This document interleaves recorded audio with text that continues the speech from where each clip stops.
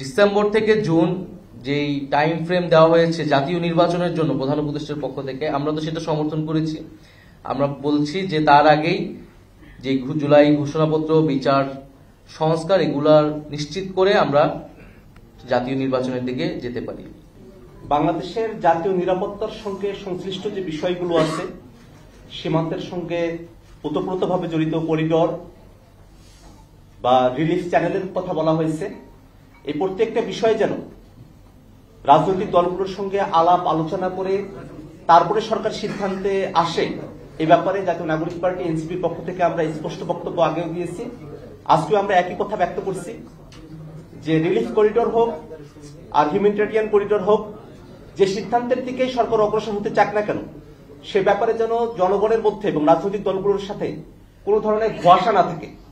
Corridor ইস্যুতে সরকারের তরফ থেকে আমরা দুই ধরনের বক্তব্য শুনেছি, যেটা স্পষ্টতই একটা ধোঁয়াশার জায়গায় তৈরি করেছে। পরবর্তীতে সরকারের তরফ থেকে পরিষ্কার করা হয়েছে যে করিডোর নয়, সেখানে ত্রাণ আদান প্রদানের ব্যাপার হতে পারে।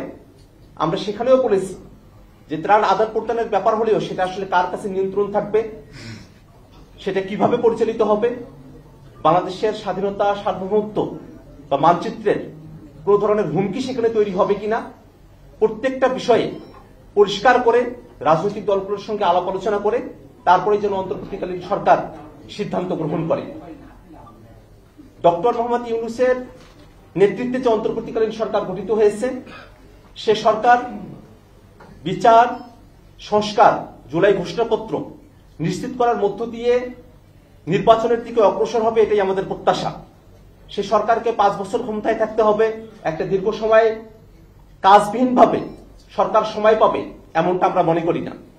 আমরা মনে করি অন্তর্বর্তীকালীন সরকার সময় পাবে তার কাজের ভিত্তিতে, যে কাজের জন্য যে আকাঙ্ক্ষার ভিত্তিতে অন্তর্বর্তীকালীন সরকার গঠিত হয়েছে, সে আকাঙ্ক্ষাগুলো পূরণ করে অন্তর্বর্তীকালীন সরকার তাদের দায়িত্ব সমাপ্ত করে নির্বাচনের দিকে অগ্রসর হবে।